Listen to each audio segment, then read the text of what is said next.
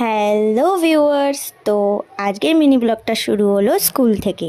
তো আজকে ছিল আমার বান্ধবীর একটা বার্থডে, তো সেই কারণেই সেলিব্রেশন রাখা হয়েছে। তো সে এসে গেছে, আমার সব বান্ধবীরাও এসে গেছে, তো সেলিব্রেশন করা হয়েছে।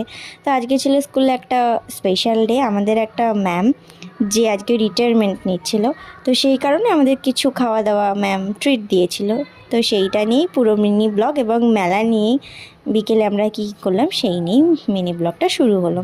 তো সবাইকে একটু খাইয়ে দিল, তারপরে ওকে কেক দিয়ে পুরো ভূত করে দিয়েছি। তারপরে আমরা এসে গেলাম খাওয়ার জায়গায়, খেলাম।